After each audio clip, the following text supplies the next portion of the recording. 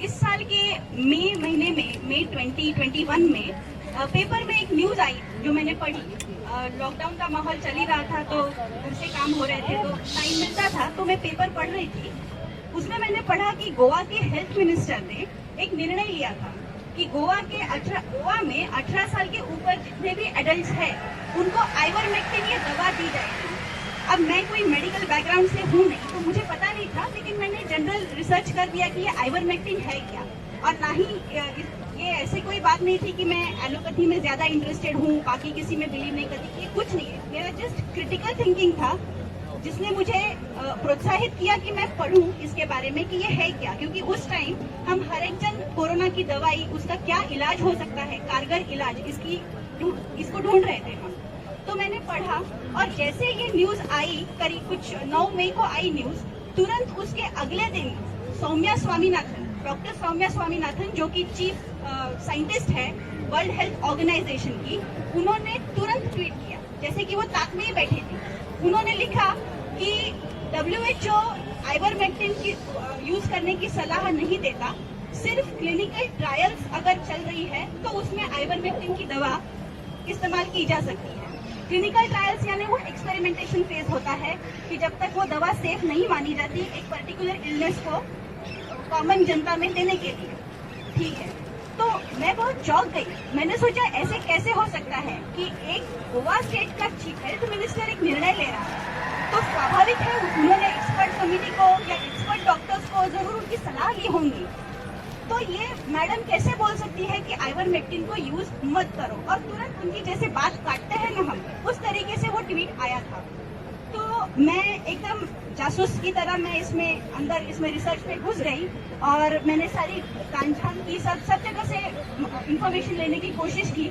तब मुझे यूएस का एक ग्रुप का वेबसाइट मिला जो कि FLCCC नाम से जाता है, frontline critical Covid care alliance है, जिसमें सारे MD डॉक्टर्स हैं और बहुत एक्सपीरियंस डॉक्टर्स हैं।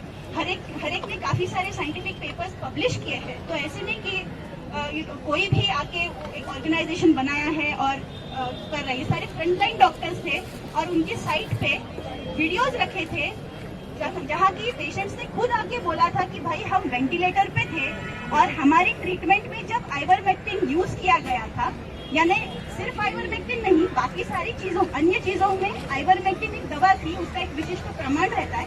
अपने शरीर के वजन के हिसाब से डॉक्टर उसे प्रिस्क्राइब करते हैं, तो कोई आइवरमेक्टिन अपने मन से ना ले, ये मेरी रिक्वेस्ट है आप सभी से। तो करके मैंने ये सब पढ़ा, तो मैं और चौकन्ना हो गई। मैंने बोला ये डॉक्टर सौम्या स्वामीनाथन एक डॉक्टर है, ये भी सारे डॉक्टर्स हैं जो कि बहुत क्वालिफाइड डॉक्टर्स हैं, आज कोविड को ट्रीट कर रहे हैं। मुझे नहीं लगता डॉक्टर सौम्या स्वामीनाथन WHO के स्विट्जरलैंड के AC ऑफिस में बैठ के कोविड पेशेंट्स को ट्रीट कर रही है, बिल्कुल नहीं कर रही है। तो तभी मैंने सोचा कि यहाँ कुछ तो दाल में कुछ काला है। तो मुझे ये पता चला कि आइवरमेक्टिन ये जो दवा है, ये आज इस पे कोई पेटेंट नहीं है, तो ये बहुत चीप रेट में मिल जाती है। तब मैंने सोचा अच्छा, तो यहाँ पे इनका पानी जम रहा है, मतलब इनको ये नहीं चाहिए, इनको भारी प्राइसी चीप, एकदम बहुत सारी महंगी दवाइयाँ बेचनी है। ये नहीं चाहते कि चीप दवा किसी को पता चले और लोग उसे खा के ठीक हो जाए या बीमार ही ना हो जाए, क्योंकि इनका आगे तो वैक्सीन रोल आउट का प्लान था, 1 नहीं 2 वैक्सीन, बूस्टर डोज, ये सबके प्लान थे। तब हमने तय कर लिया, मैंने नीलेश जी से डिस्कस किया कि देखिए ये मैंने मेरे स्टडीज में ये पाया है, तो इसमें हम क्या कर सकते हैं। हमारे देशवासियों की जान का सवाल है, क्योंकि अगर हमारी गवर्नमेंट्स WHO को ब्लाइंडली फॉलो करने लगी या इनकी दबाव में आने लगे, तो हमारे देशवासियों की जान खतरे में जाएगी और जाने चली जाएगी। तब हमने तय किया जी हाँ, अब यही सही समय है, इसको डॉक्टर सौम्या स्वामीनाथन को हमें लीगल नोटिस देनी चाहिए। और उसी वक्त हमने 25 मई को लीगल नोटिस सर्व किया। अब वो लीगल नोटिस जैसे उन तक पहुंचा, 2 दिन में उन्होंने वो ट्विटर से डिलीट कर दिया।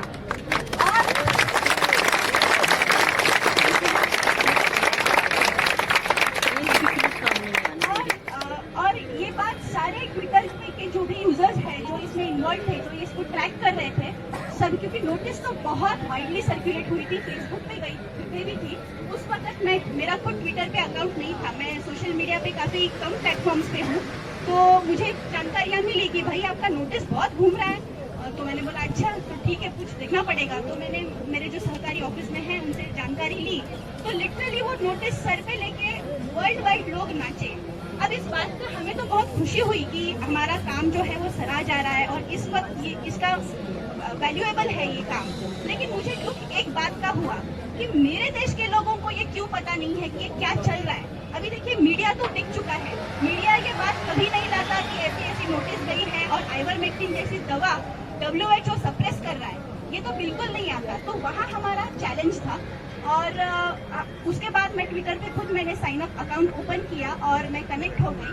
तभी भी पहले 1-1.5 महीने में तो सिर्फ इंटरनेशनल अदर कंट्रीज के लोग थे जो कि ट्रैक करते थे। मेरे इंटरव्यूज चालू हो गए। उस एक इंटरव्यू के दौरान एक जर्मनी के साइंटिस्ट है, सीनियर साइंटिस्ट है काफी, वो member of parliament of European parliament भी रह चुके हैं। तो उनसे जब बातचीत हो रही थी मेरी, उन्होंने बोला कि Deepali, how do you plan to spread awareness about this, because you see in developed countries people, citizens are aware of their legal rights. It is not the case with developing countries. अब ये जो थे scientist, उन्होंने बात तो सही कही थी, लेकिन मेरे बहुत दिल को लगी। मुझे लगा कि मेरे देश में ऐसा क्यों ऐसा है कि इंडिया में लोगों को उनके लीगल राइट्स के बारे में पता नहीं है। और मैंने ये बात बहुत पर्सनली ली और उसी दिन मैंने ठान लिया कि मैं ये चुनौती लूंगी, मैं ये आह्वान स्वीकारूंगी कि मैं सबको उनके लीगल राइट्स के बारे में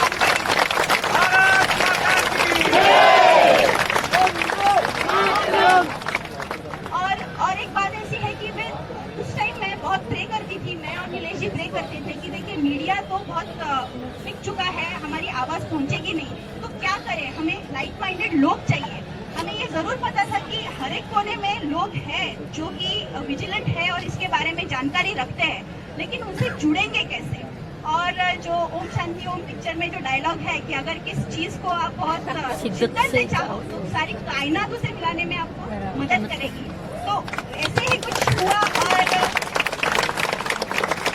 अवेकन इंडिया मूवमेंट के अम्बेडकर सर आपके साथ और उनके अवेकन इंडिया के परिवार के साथ और बाकी कई सारे संगठन हैं उनके साथ हमारा परिचय हुआ, हम जुड़ गए।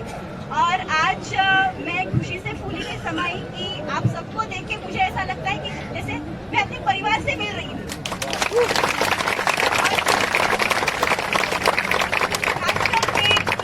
लॉकडाउन जबकि हमको अपने लोगों के साथ इन्होंने तोड़ा और बहुत पूरी तरह से कोशिश की कि हम आपस में एक दूसरे को सस्पिशन से करें कि भाई कोई बताएगा कि मैं तुम्हारे घर आ रही हूँ तो सामने से आएगा, अरे नहीं हम नहीं अभी बाहर है, क्योंकि वायरस से डर गए थे। और इसमें इनका ये षड्यंत्र काफी अच्छा चला क्योंकि ये भय का दहशत का वातावरण इन्होंने बहुत अच्छी तरह से निर्माण किया था। तो आज मैं बहुत खुश हूँ कि मतलब मैं लास्ट 18 मंथ्स में मैं इतने बड़े परिवार के बीच में मैं रही भी नहीं हूँ, देखा भी नहीं है, तो मैं बता नहीं सकती, मुझे बहुत खुशी है। अब मैं थोड़ी बात ये वैक्सीन के बारे में बताना चाहूंगी। अब क्या हुआ है, ये दहशत और इसके वातावरण की वजह से हम थोड़ा हमारा क्रिटिकल थिंकिंग भूल चुके हैं। मैं आपको बोलूं, ये वैक्सीन करके बोल तो रहे हैं लेकिन ये वैक्सीन है नहीं, ये इंजेक्शन है। आप बाहर के देशों में न्यूज आइटम्स वीडियोस देखो, ये उनको जैब्स बोलते हैं, इंजेक्शन बोलते हैं ये लोग इसको, ये वैक्सीन है नहीं। क्यों? क्योंकि वैक्सीन अगर आप उसकी साइंटिफिक डेफिनेशन परिभाषा में देखो तो वैक्सीन अगर लग जाती है तो आपको इम्यूनिटी आनी चाहिए। जैसे अगर समझो कोई एक डिजीज है, उसका वैक्सीन लगने के बाद इम्यूनिटी आने से आपको वो डिजीज कभी नहीं होता। और आज आप देख रहे हैं कि इनका भंडाफोड़ हो गया है। जिन्होंने पहली डोज लगवाई है, दूसरी डोज लगवाई है, उनको कोरोना हो रहा है, वो हॉस्पिटल में भर्ती हो रहे हैं। और आप अगर विदेश में कैसा है, डेटा कंपाइलेशन बहुत अच्छे तरीके से हो रहा है। अपने इधर वहाँ सब डामाडोल है, कोई वैक्सीन इंजुरीज का डेटा नहीं गैदर हो रहा है, वैक्सीन डेथ्स का डेटा नहीं गैदर हो रहा है, मीडिया उसको सप्रेस कर रही है, तो हमें पता नहीं चल रहा है कि एग्जैक्टली हो क्या रहा है। Coming back to my point, these are injections because after taking a vaccine you are never required to take it again. अब इन्होंने तो अपनी नैरेटिव चेंज कर ली, बहुत अच्छे तरीके से चेंज कर ली। सबसे पहले तो इनका मुझे षड्यंत्र का मतलब मैं सस्पिशियस तब हो गई थी जब इन्होंने पहले लॉकडाउन लगा के हमें एक ही नैरेटिव लगाई कि भाई वैक्सीन का इंतजार करो। क्यों? हमें वायरल फीवर होता है, कुछ छोटे मोटे हम बीमार पड़ते हैं, तो क्या हम हर एक चीज में वैक्सीन लेते हैं? नहीं, हम अपने डॉक्टर के पास जाते हैं, आयुर्वेदिक हो, एलोपैथी हो, और उससे हम दवाइयाँ लेते हैं। तो ये कौन ठहरा है कि वैक्सीन ही इसका इलाज है? ये सबसे बड़ा प्रश्न था। और अब वैक्सीन आने के बाद ये किसने ठहरा है कि 1 नहीं 2 डोज लगेंगे?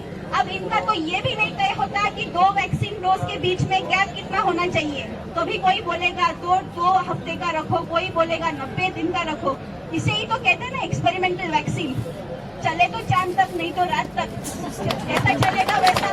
आदमी मर रहा है या जिंदा रह रहा है कुछ पता नहीं। आपको पता है दोनों वैक्सीन की फैक्ट शीट है जो आपको इजीली ये तो खुद सामने से बताएंगे भी नहीं। ये क्या बताएंगे? इनको मेडिकल एग्जेम्पशन जो हमें महाराष्ट्र में मिला है, उस सर्कुलर को इनको वेबसाइट में डालने में भी शर्म आ रही है।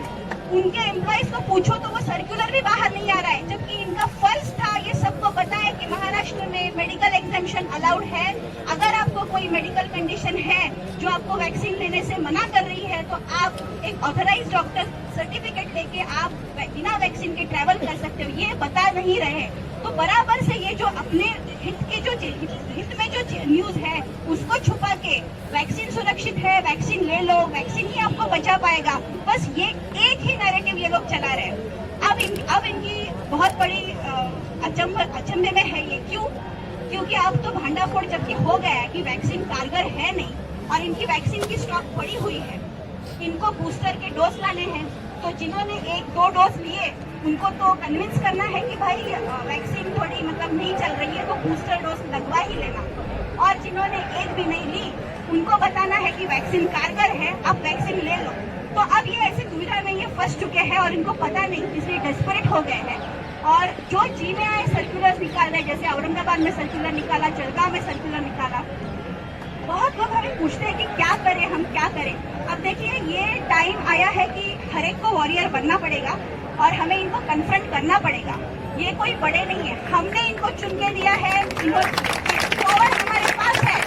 तो हम सब जाएंगे कलेक्टर ऑफिस के पास और उनको पूछेंगे कि ये क्या इलॉजिकल अनसाइंटिफिक ऑर्डर लाया है।